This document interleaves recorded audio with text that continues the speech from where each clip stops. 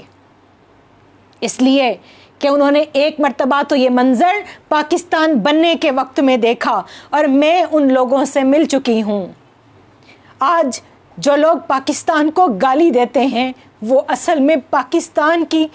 بننے سے پہلے اور اس کے بننے کے دوران اور اس کی پروگریشن میں جن لوگوں کا خون پسینہ اور جن کی قربانیاں شامل ہیں وہ ان سے نابلد ہیں، ان کو پتہ ہی نہیں۔ اور پھر اقبال کی وہ بات یاد آتی ہے کہ وائے ناکامی متائے کارواں جاتا رہا، کارواں کے دل سے احساس زیاں جاتا رہا۔ پچھلے سال میں اپنے بچوں کو لے کر اسلام آباد میں گئی، اور پاکستان کے ایٹامک سائنٹسٹ ہیں، بہت بڑے عالم دین ہیں، قرآن پاک کی تفسیر انہوں نے لکھی، درجنوں کتابوں کے مصنف ہیں،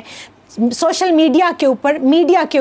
ان کی ٹاکس موجود ہیں، اور ان کا ایک کلپ میں جب کبھی سنتی ہوں میرا کلیجہ پھٹ جاتا ہے۔ میں اپنے بچوں کو لے کر گئی اور روبرو بٹھا کر میں نے انہیں پاکستان کے قیام سے پہلے اور اس کے قیام کے دوران جو مشکلات انہوں نے اپنی آنکھوں سے دیکھی، میں نے ان کو اپنے بچوں کو ان کے منہ سے وہ سنوائی۔ ایک واقعہ عرض کرتی ہوں، بڑی ہمت کر کے یہ واقعہ آپ سب کے گوش گزار کروں گی، اور اس کو یوٹیوب پہ آپ سرچ کریں، آپ کو ان کی زبان میں بھی مل جائے گا۔ سلطان بشیر صاحب کہتے ہیں کہ میں 7-8 سال کا بچہ تھا اور میری بہن 10 سال کی تھی۔ یہ ستمبر 1947 کی بات ہے، آزادی کا نعرہ لگ چکا تھا، پاکستان بن چکا تھا، اور ہم مائیگریٹ کر رہے تھے انڈیا سے، گرداسپور اور فیروز پور، جہاں سے میرے والد صاحب کا اور میرے آبا و اجداد کا بھی تعلق ہے، ان کا بھی وہیں سے تعلق ہے۔ تو یہ لٹے پٹے قافلے اپنے گھر کے ساتھ، بچوں کے ساتھ، اور چند جو ہے وہ جسم ڈھانپنے کے کپڑے اٹھا کر جو چلے آ رہے تھے اپنے بار برداری کے صرف جانوروں کے ساتھ، وہ فرماتے ہیں کہ اس کے اوپر اکثر بلوائیوں کا اور سکھوں کا حملہ ہوتا۔ ایک رات میرے والد گرامی نے مجھے اور میری والدہ کو اور میری بہن کو اور جو جتنی بھی خواتین تھیں ان سب کو جمع کر کے، اور میرے والد کے ساتھ میرے دادا نے خطاب کر کے ان کو سمجھایا کہ آج کی رات تم سب لوگ چاند کی چاندنی میں اس پانی کے اندر کھڑے ہو جاؤ، اور اگر سکھوں نے حملہ کیا، بلوائیوں نے حملہ کیا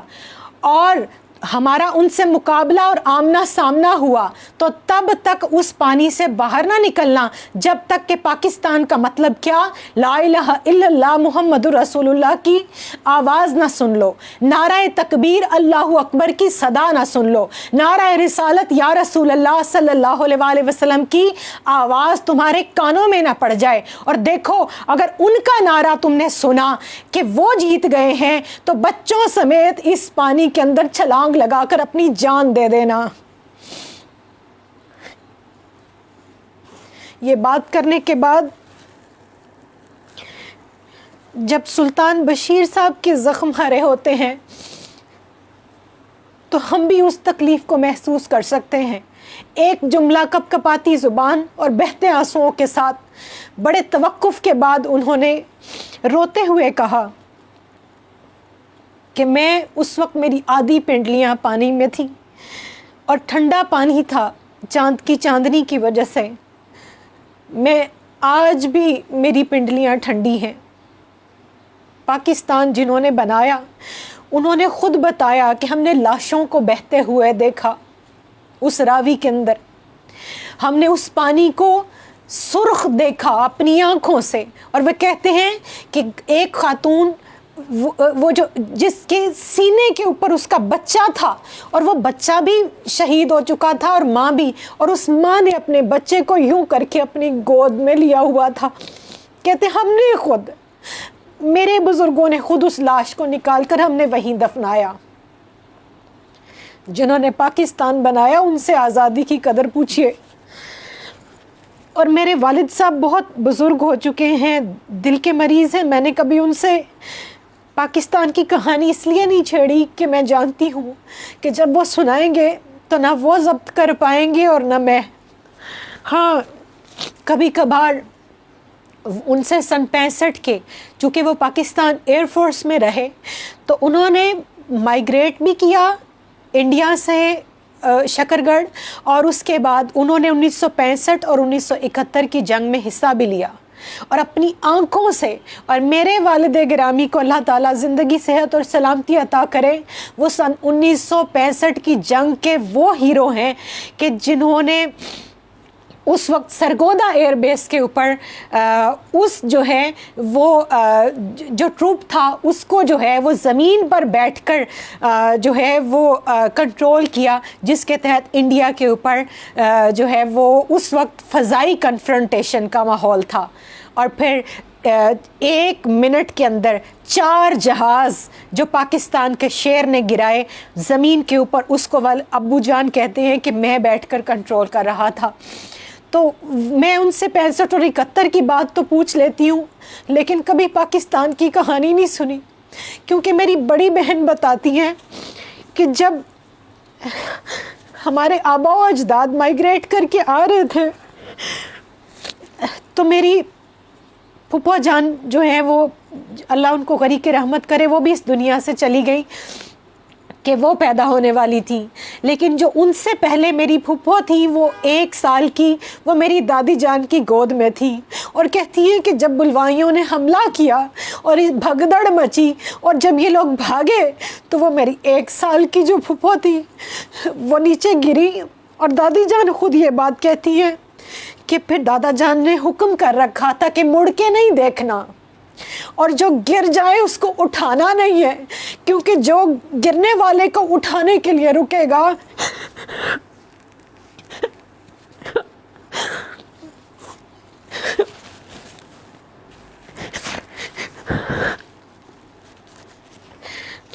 کہ جو گرنے والے کو اٹھانے کے لیے اٹھے گا پھر وہ بھی وہی گر جائے گا اور وہ شہید ہو جائے گا۔ میری دادی جان نے میری پھپھو کو نہیں اٹھایا،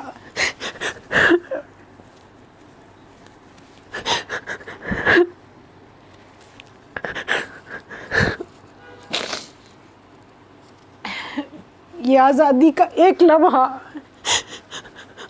بہت قیمتی ہے، درجنوں نہیں، سینکڑوں نہیں، ہزاروں ماؤں بہنوں اور بیٹیوں نے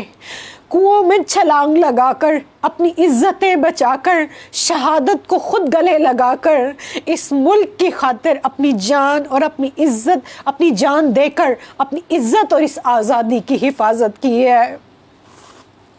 یہ آزادی ہمیں کسی پلیٹ میں رکھ کے نہیں ملی،